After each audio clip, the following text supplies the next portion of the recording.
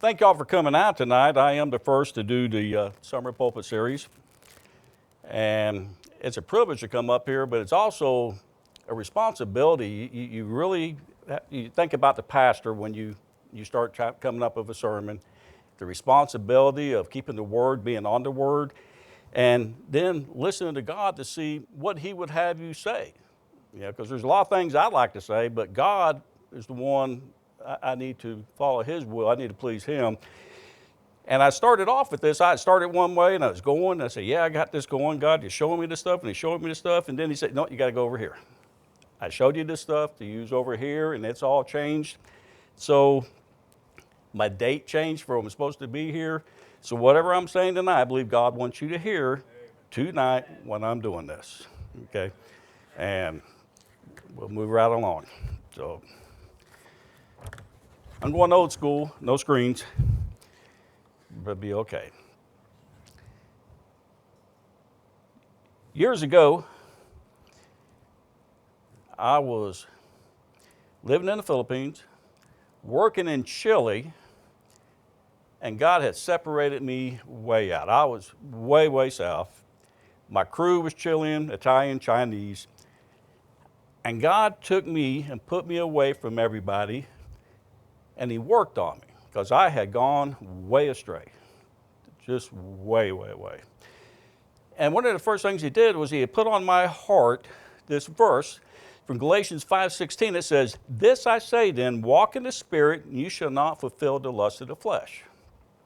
So I learned this verse, studied this verse, thought on this verse, and this is kind of like walking in the Spirit part 2, because my testimony had been part 1 about this. And I'd asked God, how do you walk in the Spirit? So He said, well, I want you to read the Word. Read the Bible. And I said, well, where? And He said, go Genesis 1:1. And I said, where? How long? He said, just start reading. So I read Genesis 1:1 and kept going until I got to the very end of that Bible. And I said, hey, God, I'm here. What do I do now with this? And He said, well, do it again. Went back to Genesis 1:1, start reading this thing again. I'm reading through, and I got about halfway through, and I'm like, God, what happened to my prayer? I asked, how do you walk in the Spirit? He said, well, look behind you now. And I did, and things had begun to change in my life. And I saw that. I saw the things that I was not doing anymore, but more importantly, I saw the things that I did do, and that was to obey God. That was the big thing right there. So tonight I'm going to talk about this walking in the Spirit, but now that was years ago. Where are we at that today with walking in the Spirit? And to do that, I want you all to turn to Joshua 6:17. And now I'm going to catch you up to where we are with that. While you're all looking for that. Israel is now led by Joshua. Moses is dead. Israel had been walking the desert for 40 years, finally got into the promised land. And one of the first things He's having them do is He said, I want you to go in and take Jericho. I'll make it happen, but y'all going to do it. But He gave them a caveat on this. When you go in there, and 6:17 says, and the city shall be accursed, even it and all that are therein, to the Lord. Only Rahab the harlot shall live. She was the one who helped the spies. Okay, if you don't know the story, it's a great story.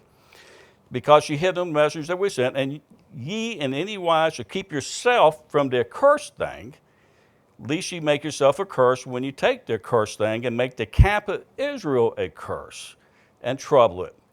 But all the silver, gold, brass, iron are concentrated in the Lord, they shall come under the treasure of the Lord. So they're supposed to go in there, tear everything up, burn it all up. Only the metal, the gold, the silver, the brass, they're going to give that to the treasure of God. Everything was accursed. Kill everybody, boom, knock it all out. So they go in, they do this, it's all done. Now they're going to move on to AI. First time you'll mention AI, right there, okay? They go in AI and they're looking and go, hey, there's not a lot of people here. We don't need as many people. Y'all go ahead and go in there, just this short amount of people. Y'all take it, it's going to be easy. They got whooped. They got whooped bad. 36 men dead. They come back. And Joshua's like, hey, God, why did this happen? What happened? You're supposed to help us. Look at Jericho. Boom, we did all that. And God says, someone took something, Jericho. Someone took it, a cursed thing. I want you to find that person. I'm going to help you. We're going to show you who it is. And in Joshua 7:15, it says, and that shall be that he had taken the accursed thing shall be burnt with fire, he and all that he had, because he have transgressed the covenant of the Lord, and because he have wrought folly in Israel. So they do this thing. They're narrowing it down. And this God identified Achan. Now Achan, he didn't say anything as they're narrowing it down, all the way to it was him. He just kept his mouth closed, You kind of hope, maybe he was thinking, maybe they won't catch me, okay? But you can't hide sin from God. God knew it, okay? God knew it. And he knew it was only him. And in 19, where Joshua said unto Achan, my son, real gentle, give, I pray thee, the glory of the Lord of Israel, and make confession unto him. And he did. And here's where, if you turn to 7:20, chapter 7, verse 20, and Achan said unto Joshua there, indeed, I have sinned against the Lord our God, and thus have I done. When I saw the spoils of the goodly Babylonish garment, got some clothes, 200 shekels of silver, and a wedge of gold shekels weights, I coveted them and took them. And behold, they were hidden in a tent, in the earth in the midst of my tent, the silver under it. Okay? Doesn't say who hid them, but he found 1 pound of gold. It ain't real big. 5 pounds of silver, like the size of a brick, and a garment, something to put on. So Joshua says, hey, remember that about the cursed thing we're supposed to do, And Joshua and all the Israel with him took Achan, the son of Zerah, and the silver and the garment, and the wedge, and the gold, and the silver, his sons and his daughters, no wife, oxen and his asses, and his sheep and his tent, and all he had, and he brought them to the valley of Acre. And Joshua said, why hast thou troubled us? The Lord troubled thee this day. And all Israel stoned him with stones, burned him with fire, and they had the great stones that piled them up over him. And so they raised a great heap unto that day. So the Lord turned from the fierceness of his anger, it's what it took, wherefore the name of the place is called the Valley of Acre to this day. So they kill him. They execute him. God said to. And his family. He wasn't a poor man, he had all that stuff. He had a long list. But what about this Achan guy? And you think about this, it's a simple story. He took this stuff, didn't think anybody see it, hid it, didn't want anybody to know he had it, paid for it of his life. But what about him? Because you read about this and you say, okay, before Israel took Jericho, they had crossed the Jordan, the dry river. He would have done that. He would have saw this. He would have saw this 12 stones put up, these stones set up to remind them that, God, to tell the earth that God had dried this land out so they can cross it, okay, and that God should be feared, The kings of the Amorites heard about this, and their hearts melted, and their spirit, due to the people of Israel, they heard what was going on. The Israelites were circumcised again when they came across. They were now in the promised land. They had walked 40 years in the desert, doing bad. Got that whole cow thing, right? They did lots of things. But here they had a fresh start. We're going in, we're going to do this, and we're going to do it right. Kept the Passover. The manna stopped before they went in Jericho. Now, it doesn't say anything about the clothes and the shoes, but the manna stopped. And it also got told, when you go in, you're going to do this. Also, Achan, his lineage went back to the tribe of Judah. And that should ring a bell, okay? He probably saw Moses, could have talked to him, okay? Would have heard him, you know. Would have seen the tabernacle, seen the pillar of fire, the cloud. I mean, he would have been a part of all this, right? He would have known people who had crossed the Red Sea. He would have known people who were in Egypt. He would have known all their stories. He would have ate manna all those years. His clothes and shoes would have never wore out. And then he would have saw the walls of Jericho fall when they went to take it. But yet, with all that God had provided him, it wasn't enough for him to obey. He still did what he did. But think of all that he saw, okay? Think how many people go to church, see all these things, have all these things, benefits of them, still can sin, right? Yeah.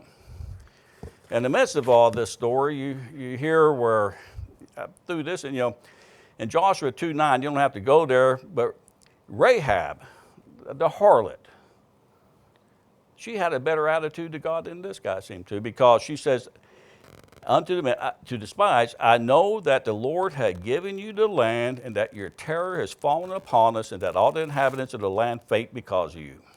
For we've heard how the Lord dried up the water of the Red Sea, you, when you came out of Egypt, and what you did to the kings of Amorites, who were all destroyed on the other side of the Jordan, Shion and Og, and whom you utterly destroyed. And this is before it happened. She already had that idea. God gave it to him. God's giving it to him. He's doing it. This is all God, okay? And God wanted his people to know it. And when Achan disobeyed, and they went into Ai, and they got whooped, that damaged the name of the Lord. You know, because God said, hey, I'm going to do this. I'm going before you. I'm doing this. And people are afraid, and then this happens, right? So this affected their fear, you know. I mean, everybody sort of knows about Tennessee football, you know. If they got a team coming in that's 10-0 that they're going to play, you're going to think one thing, there ain't nobody, can't beat these guys, right? And if you're on that team, you're going to think, we can't get beat. But if a team coming to play is 9-1, you're going to be thinking, you know, there's a way to do this. There's a way to whoop them. You know, and if you're on the team, you're thinking, well, we can be. You wanted Israel to know, I'm taking care of this. I'll be with you. You'll do it all. But yet now we got a loss here. Okay, I think it changed the whole attitude thing there. So why would Achan have his family? Why would have Achan's family executed?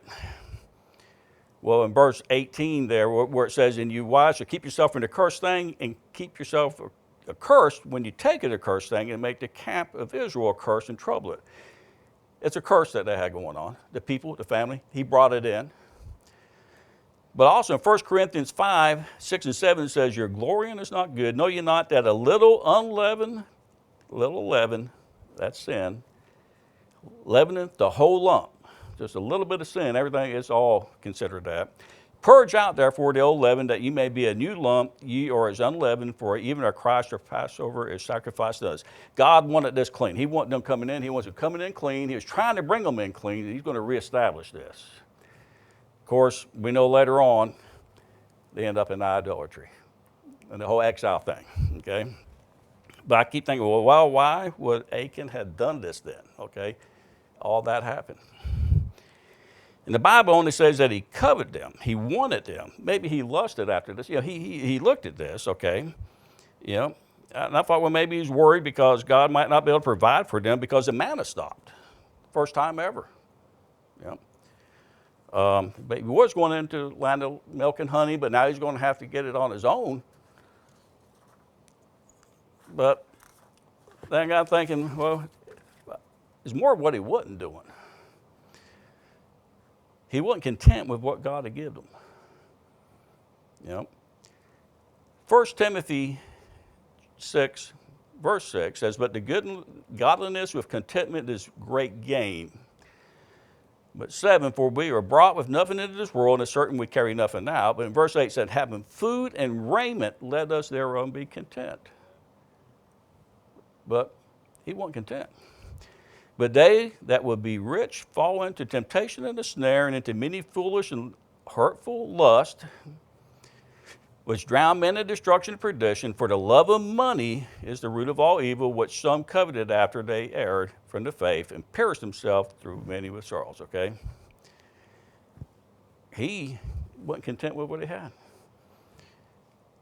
And what he took, though, I guess it was a lot. They said the monetary value of what he took would be enough for it to last a lifetime. Be more than he can earn in a lifetime.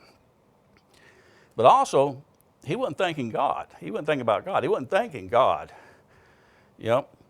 And Matthew 22:37 says, Thou shalt love the Lord God with all thy heart, with all thy soul, and with all thy mind. This is the first and great commandment. The second is unto this, Thou shalt love thy neighbors thyself. On these two commandments hang all the law and the prophets. Well, we know he didn't love God enough, because if he loved God with all his heart, soul, and mind, he wouldn't have disobeyed him. If he loved his neighbor, he wouldn't have brought this cursed thing into where Israel, his neighbors, all would be cursed too. No thought given to that. So, but getting really into the kingdom, though, in Matthew 6, verse 28. And why take ye thought for raiment? Consider the lilies of the field, how they grow. They toil not, neither do they spin. And yet I say unto you that even Solomon in all his glory was not arrayed like one of these. Wherefore, if God clothe the grass of the field, which to this day and to tomorrow is cast into the oven, shall he not much more clothe you? O ye of little faith, therefore take no thought, saying, What shall we be eat, or what shall we drink, or wherever we shall be clothed? For after all these things do the Gentiles seek. For your heavenly Father knows that you need all these things. But seek you first the kingdom of God and his righteousness, and all these things will be added to you.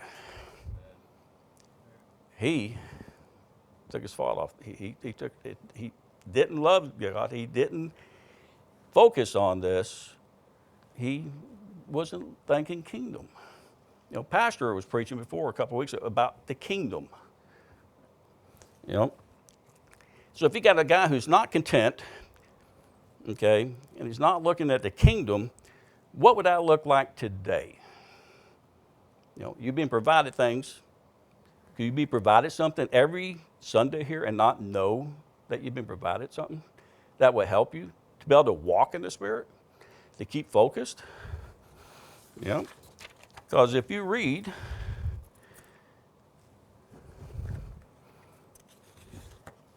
this, we got a church bulletin. What happens to this thing most of the time when that comes in here? Most of them end up maybe left on a chair. Some of the guys, they take it and throw it in their pocket. Some of them, they might look at it and they go, yeah, no, I can't do none of that. Go home, throw it away. Yep. You're not thinking kingdom first. Okay? If you were thinking kingdom first, I'm thinking you would take this thing, say, God, give this thing to me. Here on Sunday morning, he give this to me. I'm always looking, God, help me know what to do, how to do it, because I failed at this. And here he has all the things that maybe I might need, like worship, need to worship God. Hey, there's worship service on here in the time, Sunday. There's a Bible study on Sunday I could go to. There's a Bible youth group. There's Bible groups. There's 21 days of prayer. How many people did the 21 days of prayer last time? We don't pray enough, yet we have this thing. Pastor took the time, provided it. So you can read this, get disciplined in prayer, do this, and then after day 21, you can continue on. And if you don't know what to pray for, I don't know, well, you got a list right here of things you can pray for, all provided for us. You know? But we don't use this thing that way, do we?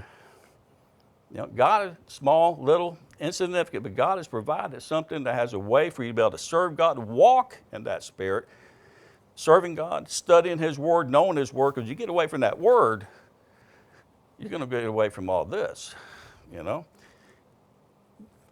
we are really good. I was really good at, with life. And you have your life, and you try to fit God somewhere in your life. But we're supposed to here, it says, seek his kingdom first. You do that, then you fit your life around it. So if you took this and then just said, hey, I don't know what to do with it, God, and pray on it. Say, what would you have me do?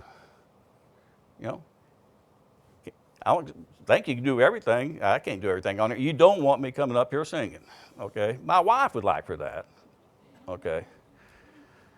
But have you ever just taken this, prayed on it, and say, what should I do on here? And Lord, if there's something that I should be doing, let me know. I have troubles with learning about, here, it's all right here, we're getting to it, but maybe it's not enough. Maybe it's not enough for people. We disregard it. I was close to being a Achan. When I went astray until God separated me, and if I had not responded, I think I could end up like Achan. Could have hurt people because of me. Who knows if he knew those 36 people that died? He may have never known them. They may have not known him, but they died because of him. What he did caused them to have their death. I could have lost my home, could have lost my family, could have lost my life if I continued on. However, I didn't. I started off hot for God when I started off. Years and years before. I went all the services, Sunday school, teen events, then school, work, everything took over. Then it's like, well, I can't do this now. Can't do that now. Have to drop this out. And then the more and more and more I allowed other things to fill up, the more I had no more room for God. And when there was nothing left there, I was in dire hurts, and that's when they took me to Chile. Matthew 5:3 says, blessed are the poor in spirit, for theirs is the kingdom of heaven. Blessed are the poor in spirit. You know why they're blessed? They're poor in spirit because their heart ain't full. There's a lot of work Jesus can do, and there's a lot he can put in. But if your heart is filled with the world, with pride, everything else, you ain't going to do nothing with you until you get that out of you.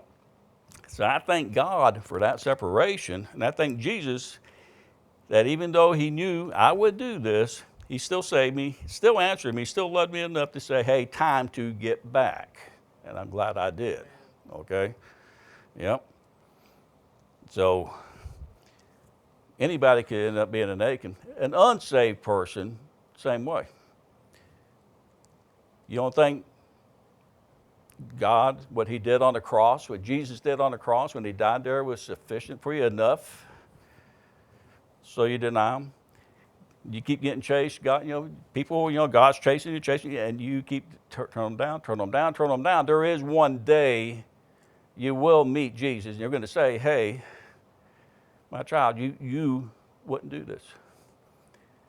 And to satisfy God's wrath, you're going to be put someplace you don't want to be at. Saved people can have that sin, their gold wedge that they can't let go of, and they could take them someplace too to hurt their family, hurt a church, if you don't let go, And it's something you don't want to hang on to. And for all you young fellers and ladies who are here, ladies, how would that apply today? We're not raiding cities. We're not doing none of that, okay? How would this apply? Walking in the Spirit, how would all this apply? 2 verses that God put on my heart for the young people. Wait on the Lord, be of good courage, and be strengthened thy heart. Wait, I say, on the Lord. And the couple of that was, now the Spirit speaketh expressly that in the latter times some shall depart from the faith, giving heed to seducing spirits and doctrines of devils. And it took me a little while to figure out where he was going with this, but when I was young, lived in Hawaii. My family did. And they were going to put in the first McDonald's.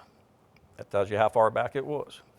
And I remember the adults talking, and they were talking about this, and the general consensus was it wouldn't make it. It wasn't going to do good. Okay? Now, mind you, that between 1963 and 1968, McDonald's had doubled stores from 500 to 1,000. This was about 68. And now there's 40,000 McDonald's over. Okay? Yep. Fast food is now being called quick service restaurants. Okay? Generate over $417 billion in sales. Okay? And the average American, it's 32% of Americans eat at least once a day in a fast food establishment. But is that people really, the consensus was people don't want to, they don't want to hurry, they don't want to rush through their meal, but nobody wants to wait anymore. Okay? Look at our loans.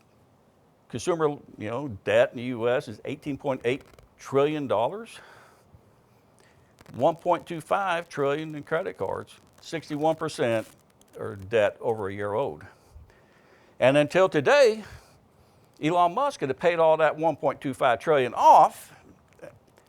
But where do you think the credit card balances would look the next day? Car loans, the car, just lots and lots and lots. But people don't want to wait because pay now, buy now, pay later, right? And that's where what you're growing up into. It's getting harder and harder because now they're really wanting you to not wait.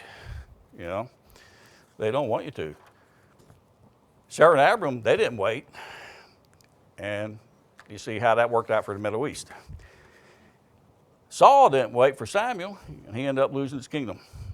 Esau sold the birthright. Okay, so why don't we want to wait? And I say perhaps because delays show us that we're not in control.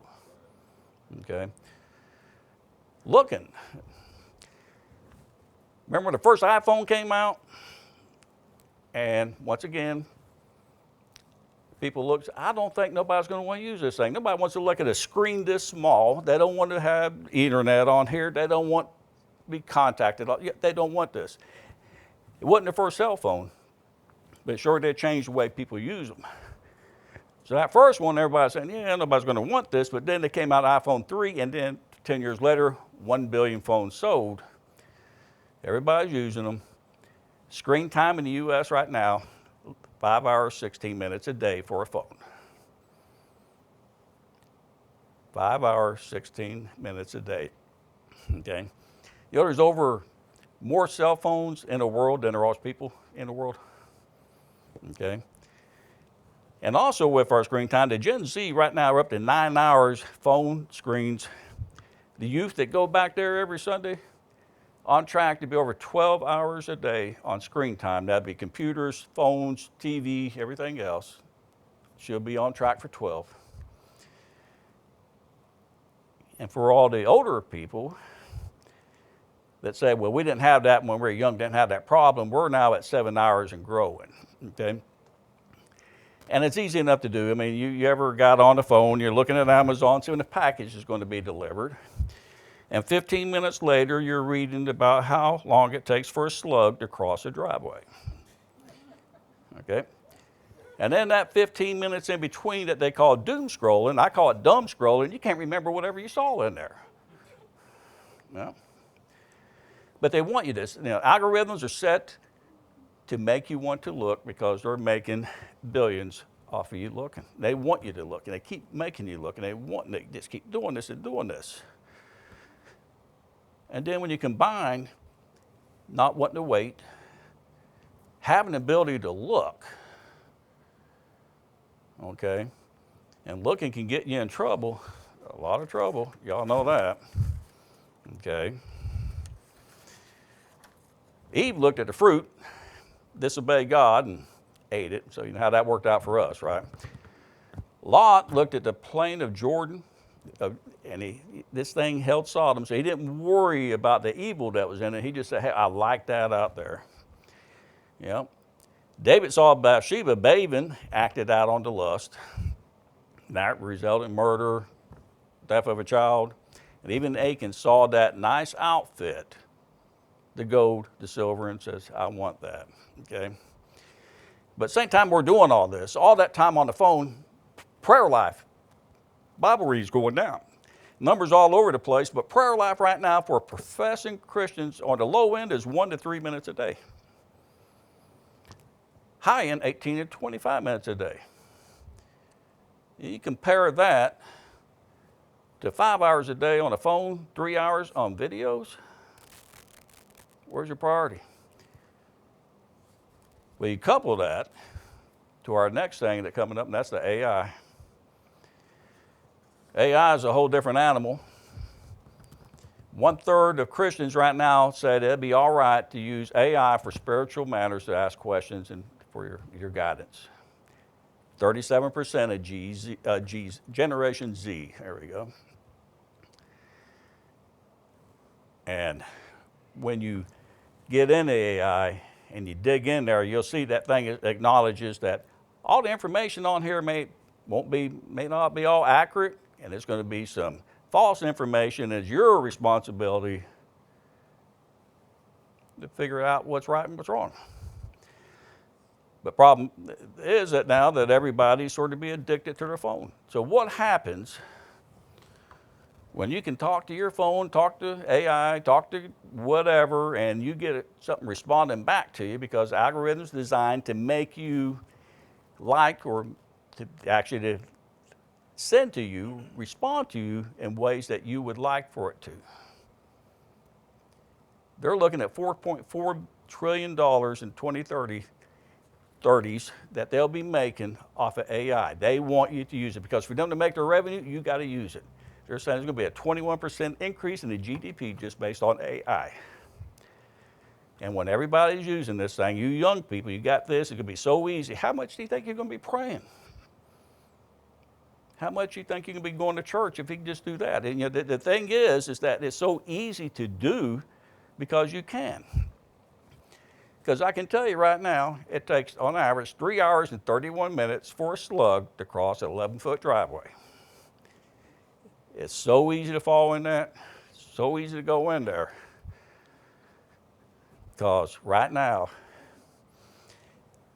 with this, with all this stuff, all the social media, all this thing, you end up with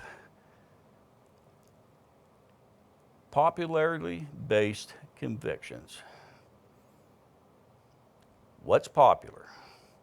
That's what the young people, because it's a matter of convenience for you. You can easily get to all this, but the convictions that they're setting into your mind, all you got, look at the news. Look at what all is out there, how much the laws have changed, what they're changing on. What used to not be allowed is allowed. So that walking in the Spirit is how you can avoid that. That walking in the Spirit, that taking this seriously. Because when I stopped taking this seriously, when I stopped doing the things that God put right in front of me and said, here, I got this, you can do this, you got the Bible study, you can do that, you can go to Sunday school, and you stop doing these things, then you're going to find yourself less room for God, and you're going to have that cell phone, your wedge of gold could be behind your lock screen that you're trying to hide. It's coming. So I say you need to walk in the Spirit. I can tell you, if you don't, where you can go. It took me there. I didn't stay there. And I'm very thankful to God that He took me away from that. And that one verse, I've been using it. And sometimes He reminds me of what He took me from. Because sometimes I don't say I forget, but I don't think on it, okay? So when you do get that bulletin, I recommend you take that thing and you read it and you pray on that. See what's on there, These small groups, there's a reason for it, Serving, there's a reason for it. All this stuff, God has given us a reason for it, but are you going to use it? Is it good enough? And if you ain't saved, is what Jesus did on the cross good enough? Yeah. Because the Bible says it is. If you think it is not, you might be a little confused. Some people say, well, I'll get saved when I quit smoking. Well, now you're adding what you do to what he did on the cross. Get saved. He'll help you with that. Yeah. If you think, well, God don't know what I've done. Yeah, he does. Look at Achan. He knows exactly what you've done, but he will do it. So my hope is that you will think about what God has given you. Think about walking in the Spirit, putting God first. And remember that these stories in the Bible are not just for what happened years ago. They tell it, but they're just applicable and relevant today, because that waiting, that's lust of the flesh. Looking, lust of the eyes. That AI, when you start getting hung up in there, pride of life, and one day you will end up going the way of Israel. And that's where you follow the false deceptions and end up, you're going to be deceived. And Satan will run with it. So that's all I got. I appreciate this. I hope I was clear. I hope you understand. I hope I conveyed this message. Mostly I want to say what God was telling me, and I hope I did him right by this. Okay? Thank you. So.